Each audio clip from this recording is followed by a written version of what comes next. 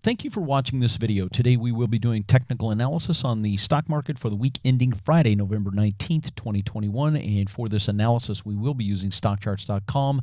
That is the charting service that I use and pay for, and I will leave a link to their site in the description box below this video. My name is Rodney Constable. I have over 30 years of investing experience, including over 25 years of experience trading stocks and options. I am a former financial advisor, a former vice president of a major mutual fund company, and I am the developer and president of Simple Market Signals at simplemarketsignals.com. Simple Market Signals is a proprietary trend direction and risk management model. We will come back to this chart in just a couple of minutes, but I want to start off with a weekly candlestick chart of the S&P 500 to get a big picture view of what happened for the week, and then we will take a look at the shorter-term charts and take a look at a couple of other things like the Qs and the small caps here in just a couple of minutes as well. First off, over in the upper right-hand corner, that is this week's trading. We were up 32 basis points for the week on the S&P 500, so not a lot of upside, but hey, at least we finished up a little bit. We finished up at 46.97.96 for the week, and we did have our third week in a row, as you can see right here, where we've had some trading above this 4,700 level on the S&P 500, and we'll take a look at that level here further in just a couple of minutes. The 40-week moving average, this blue line right here, finished up the week at 42.95.49. Now, I like to know on an ongoing basis, I like to know the difference between where the 40-week is at, pretty equivalent to the 200-day moving average, right, and where the stock market finished up, where the S&P 500 finished up, because oftentimes when there is some type of a pullback, the market will pull back to that 200-day moving average and then stop, or the 40-week as it is right here. So right now, we finished up 402.47 points above on the weekly chart, above the 40-week moving average. That's 9.37%. So if the market, is peaking right here, I'm not suggesting it is. I don't know, but I always want to know this, right? If we were to roll over and pull back to that 40-week moving average, what kind of a drop would that be? And right now, that would be 9.37%. Keep in mind that a correction is 10%. So even if we pulled back to the 40-week moving average at this point, which has been well over a year, right, since we've done that, quite a while since we've done that. If we were to pull back to the 40, it wouldn't even be a correction. However, it wouldn't feel good. It would be a 9.37% pullback on the S&P 500. And so far for calendar year 2021, and that's what we're looking at on this chart, so far we've only had one weekly close below the 20-week moving average. That's this orange line. And by the way, the green line is the 10-week simple moving average. But the orange line here, we've had one, as you can see right here, 1 week where we barely closed below the 20-week moving average during the entire calendar year of 2021. So it just shows just how strong this market has been. And also, guys, and this is kind of a theme for this week, if you will, is the trend following, okay? And I'm going to share with you some of the work that I do in this area, which has made a huge difference for me. So stick with me. I'll have some charts for you in a few minutes on here and some examples as to how what I do can help you and how it's really helped me. But trends, right? Trends can last both up and down. Trends can last a lot longer than most people think. And, the market's not always logical, right? And so it gets frustrating, I think, if we're trying to use logic to figure out the stock market. I have found it after 20 plus years, of working with this data and over 30 years of investing, 25 plus years of trading stocks and individual stocks and options, and over 30 years investing in 401k plans, things like that. What I'm telling you guys is, using trend following, right? Using a model that helps eliminate the emotion and helps you stay in sync with the stock market really helps out, and we'll talk more about that here in just a minute. Now, let's move on to a shorter term chart here. This is an hourly candlestick chart of the S&P 500 that goes back to the 1st of October. And, this chart may look familiar, but I wanted to continue it out here because I wanted you to see something. Once we got up to the 4,700 level, right? And I was alluding to it back here, but now we're going to look at it in a more granular fashion. We're going to, and I just clicked out of that chart, didn't I? Darn it. Okay, had to get my chart back, but I clicked out of it. I actually closed it out. I had to get it back. But anyway, so once we got up to this 4,700 level, you can see here the market has just basically gone sideways since then. So, we had that head and shoulders reversal pattern. Again, you can see this on the previous week's videos. We had this 4430 level that was a super important overhead resistance level for many, many months throughout the summer and into September and October. But once we got above this, we just went straight up, if you will, right to this 4700 level. And much like the 4430 gave us fits for several months, this 4700 level is now really acting as overhead resistance. And so let's zoom in here and we can see, so the only difference here, this chart goes clear back to beginning of October. Now we're going to just look at November so far. And so this chart starts at the beginning of November.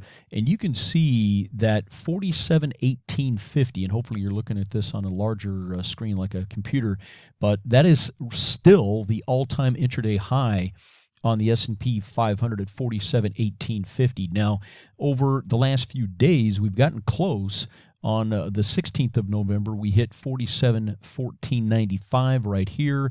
And then today, on Friday the 19th, we hit 47.1775 right here, all right? But you can see that, once we got to this all-time intraday high so far on the 5th of November, 47.1850, and right at this 4,700 level, it's just like the market slammed on its brakes, and we've just been basically grinding sideways in kind of this trading range, all right?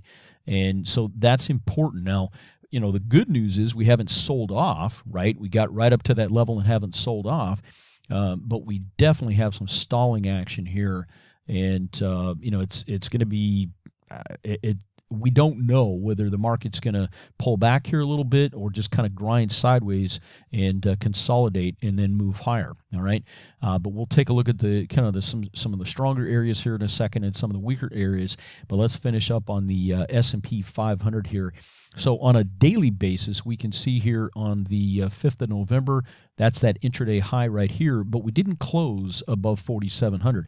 So far in the history of the S&P 500, we've had 3 days where we've closed above 4,700 on the S&P 500. So November 8th, right here, we closed at 4701.70. That was the very first day we ever closed above 4,700. And then we backed away from that area for a few days here. And then you can see on the 16th, we closed at 4700.90. The C just means close. So right here, you can see we barely, and by the way, the blue line is that 4,700 level. You can see we barely closed above 4,700 there, traded above 4,700 on the 17th, but couldn't close above it. We got back above 4,700 and closed. And right now, on Thursday, Thursday, I'm making this video on Friday the 19th. On Thursday, the 18th of November, right now, that is our all-time daily closing high, 4704.54, 4704.54. So Thursday, November 18th, 2021, that currently is our all-time daily closing high. On Friday the 19th, we were down 14 basis points and closed barely below that 4,700. Again, we closed at 46.97.96 on Friday the 19th. Now, so we've had, again, this sideways grind in the S&P 500 really since back here on the 5th of November. One area that has been strong, however, the triple Qs, right? Technology and the triple Qs, the NASDAQ 100 continues to push us higher. The NASDAQ 100 was up 2.35% this week, closed at another new all-time weekly closing high. So the tech area, including the XLK, but I don't have the chart for you, the tech sector in the S&P 500, which, by the way, that is the largest sector weighting in the S&P 500. So technology stocks really kept this market, kind of suspended higher. But the triple Qs up 2.35% for the week. One of the weak areas, right, one of the weakest areas for the week, small caps, IWM, the Russell 2000 small cap ETF, down 2.83% for the week. That's this candle right here. Now, this chart, unlike the triple Qs, we were just looking at calendar year 2021. The IWM, this is an 18-month I'm sorry, yeah, an 18-month, year and a half weekly candlestick chart.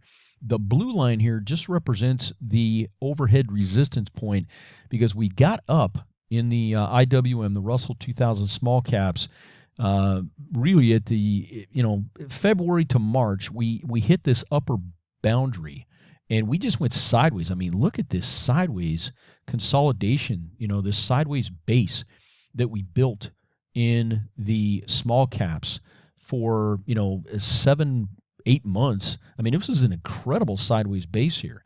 Well, we finally broke out of that right here, as you can see, during the first week in November, and then we've pulled back to the top end of this range over the last couple of weeks on kind of normal volume. So to me, that's good news here, guys, because generally the markets are strongest, right, when technology and small caps are kind of leading the way higher. Now, I am not suggesting that the markets are extremely strong here, but there's so many people who are saying the market's going to crash. The market's going to crash.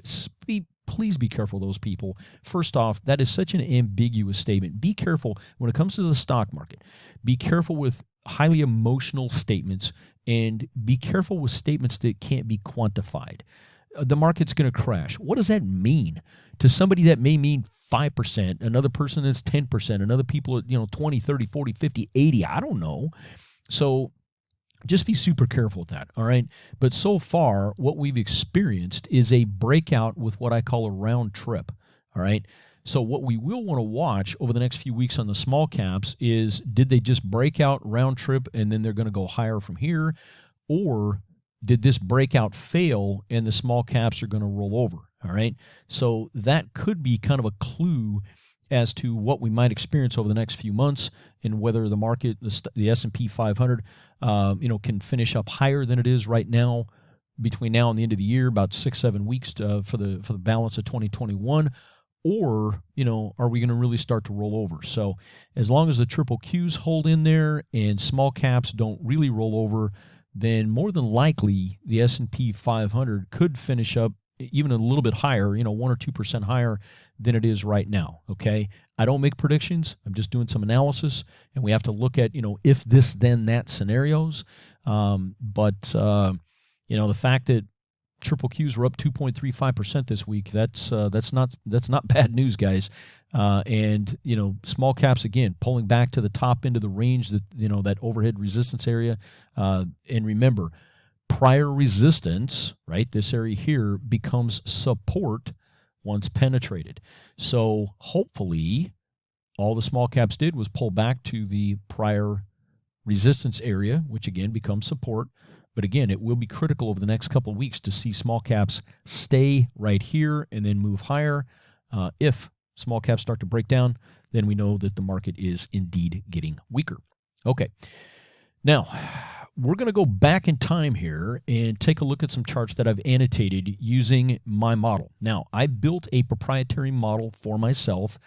I want to share the information with you at a very, very modest cost, guys, but I want to show you the results of this, okay? I want to show you what this can do for you. Now, if you're not interested in improving your trading, you're making more money than you can spend, and you've got the stock market all figured out, go ahead and click out of the video, okay? But if you are looking to improve your game, like I am always looking to improve my game, right? I'm never complacent. I'm always trying to improve. But anyway, if you've got it all figured out and you don't need any help, and you're making more money than you can spend, and you've never missed an opportunity in the stock market, then again, feel free to click out of the video. But for those of you that want to perhaps improve what you're doing and see if you can get some better results, stay with me for the next few minutes, because I promise you it's going to be worth it. Okay, so 99 through 2005, this is the S&P 500. We're looking at weekly charts, okay, weekly candles, and this again runs from 1999 through 2005. And what I've done is I've annotated this just simply with a cross, right, and then that circle. And basically, my model, which I designed for myself, took me over 20 years to build it. It's a trend following and risk management model is how I look at it. and it helps me understand what the stock market based on the S&P 500 is doing. Are we still in an uptrend? Is the market starting to roll over? And where's risk levels? That's the way I think about it. Risk, right? With a capital R-I-S-K, because it's the risk of me making versus losing money based on what the stock market is telling me, not economic data, not somebody's opinion, not anything else. This information is derived directly from the stock market. I use stock market driven data to make my decisions. Okay, so if somebody, and I distilled it simply down to green, yellow, and red. All right, when my risk or market mode signal is green, I know that there's a pretty good likelihood that I'm going to make money in the stock market. Okay, market's probably going to go up. When the signal is red, that is when the market is at its most dangerous, and my chances of making money is minimized. In other words, the chances of losing money is heightened in a red signal environment. Chances of making money is heightened in a green signal environment. So in 2000, right here, my risk signal turned red, and that signal stayed red for the majority, right? I'm just giving you the cliff notes, the highlights here, but that risk signal stayed red for the majority of this downturn until, as we can see here, April of 2003, where this vertical line here and this cross right here with that circle, that represents where the risk signal within my model, okay, again, trend following and risk management model, that signal turned green, and you can see what happened to the market here, okay? So that would have been, I'm just ballparking these numbers here for you guys, but basically you would have been able to get out, assuming, and the way I do it, right, when the signal is red, I'm pretty much in cash. Now, if you want to use the model, you have to, I'm glad to share my data with you. You need to figure out how you're going to do it, but the way I look at it, I'm out of the market in cash when the signal is red, because I know that the chances of me losing money is very high and the chances of me making money is very low, okay? So assuming somebody went to cash right here, okay, you would have gotten out of the S&P 500 at 1450. You could have gotten back in around 900, okay? That's about a 40% drop that you would have missed. Now, and if you haven't done this, I encourage you to do this, guys. You really need to know this stuff cold. But if you lose 33%, and remember, this would have been a drop of over 40. I don't have the exact numbers right here, but just you can play around with them. Right out at 1450, in at 900, you can figure it out yourself. You'd have saved yourself 450 or 550 points, to the downside. Okay, you'd have saved yourself that much downside if you'd have gotten out here, gotten back in here. All right, but the point is that if you lose just even 33%, it takes 50% to get back to break even. Right? You know how hard that is to make 50%? It's really, really hard. All right. So the point of a model like this is to minimize your downside and maximize your upside. All right. Now, not to belabor this any longer, but you can see here, okay, out here, in here. Now, let's fast forward to 2007. A very similar thing. My signal went red right around 1500, and guess what? We would have gotten back in when the signal turned green. Again, we would have been, 2007, the signal went red. We had one short little green signal where I call it a whipsaw, right? It rolled over and failed, right? So we might have lost a little bit of money here, but the signal stayed red all the way down until right here, and around 875, the signal went, and again, this is the S&P 500 we're using for this data, but the signal went green again. Again, you'd have missed, right, 1,500 out, 875 in, you'd have missed another 40% downside. Again, we know that if you miss a 33% downside, and you can play around with these numbers, I mean, it gets even worse the further you go down, right? Because if you lose 33, it takes 50 to get back to even. If you lose a 50%, you have to have 100% gain to get back to break even, guys. Okay? So play around with those numbers, but let's keep moving here. Now, this is what the whole, that whole time frame looked like. So this chart goes clear back to 1999 all the way through 2014. But look at this. The S&P 500 got up to 1553.11 right here in 2000. And then we backed away, and it took until 2007, right? Look at that. 7 years basically, right? 1, 2, 3, 4, 5, 6, 7 over 7 years, if you look at the quarters, before we got back to 1550. We got barely above that at 1576.09, and then the market rolled back over again and went clear down to 666.79. I hope you're looking at this on a large screen, but you can see here, guys, that anybody, anybody, oh, I'm a buy and hold investor. Well, look, I want to make money. I don't care about some moniker, right? Buy and hold, whatever. I want to make money. I want to minimize my downside. I want to maximize my upside. I want to minimize my downside. I want to maximize my upside. I don't care about being an asset allocator or or whatever time frame. I don't care about that. I want to make money, and I hope you do as well. Okay, but if you would have been using something like my model, right, you could have gotten out and saved yourself all this downside, got back in and rode it back up. Again, same thing here, out, back in. But most people, right, you got to 1550, went all the way down to 768.63, right here. Rode it back up, got to 1576.09, rode it all the way back down to 666.79.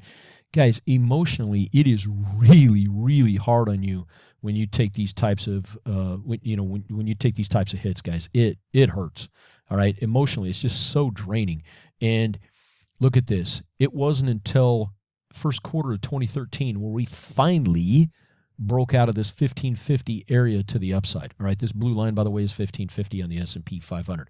So we were trapped for 13 years basically, right, under 1550, where a long-term, quote-unquote, buy and hold investor made no money from this point to this point, okay? So, hopefully you're seeing, what happens. Now, once we finally broke above that, then the market went, higher, right? But this was that overhead resistance point. And I also want you, if you haven't looked at this kind of stuff, we can get trapped in these types of sideways markets on a, big picture perspective for a long time, all right? 10, 12, 13 years, we can see this type of data. And if you go back over the history of the stock market, go back over a century, you're going to see that this stuff does happen. All right, so don't think that this can't happen again at some point in the future. I'm not going to say it's going to happen anytime soon, but it could, right? But also understand that when the market peaks and pulls back, these big major sell-offs, you can lose more, from peak to trough. You can be down more than 50%, all right? Which, again, if you lose 50, it takes 100 to get back to even. If that math doesn't make sense to you, get a calculator, play around, all right? Now, let's go to Q1 of 2020 because I can hear people say, okay, that's great in the past, but, what about more, more current data, all right? So Q1 of 2020, here's what happened. We're just going to focus on the downturn. Now, one of the other things, and I don't have it annotated here, but one of the other things that's a real benefit is because of my model, I can see when we're hitting the peaks in the stock market, okay? And I don't mean the peak in the market itself, but I'm talking about within the gauges, if you will. And I kind of think about the model as like a cockpit in an airplane. I'm not a pilot, but I've been around planes all my life, and going to air shows with my dad, things like that, right? So I just think about this, or I'm a big motorhead, so I've been around race cars all my life. But you think about all the gauges in an airplane or a race car or whatever, and when certain things are pegged, it doesn't mean you're maxed out per se from a speed standpoint or whatever. But and hopefully the analogy is getting through, guys. I apologize. I'm just trying to do this off the top of my head, but the point is, 2 weeks before the peak in the market, right here, right. Back on February 19th, this date right here, 19th of February 2020, that at that point was the highest point the market had ever been, where my cursor is circling.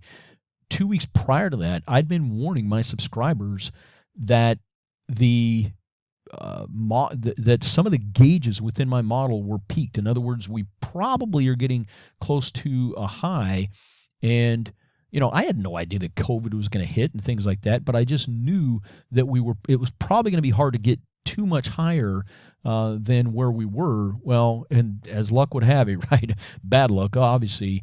COVID hit, and the market was vulnerable anyway, because we were, just everything was so stretched at that point. We'd been on a great run all the way through the end of 2019 and early 2020.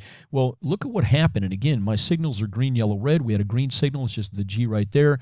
We went yellow here on the 24th, and then I have another piece of this model called the general trend indicator. It turned negative the very next day, and by Thursday, the 27th of 2020, the signal was red. So within 4 days, basically my model went green, yellow, red with a negative general trend indicator, and you can see what happened. Okay, so I'm not trying to beat this to death, guys, but I just want you to understand the opportunity you have here at a super modest cost to get your hands on this data and what it can do for you. Okay, now I can just hear people saying, yeah, but what about to the upside? Okay, so what I'm going to show you is the exact signals for the first 8 months of 2021. I'm not going to give you for free. I'm not going to give you my signals beyond the end of August, first day of September. All right, if you want those, become a subscriber, guys.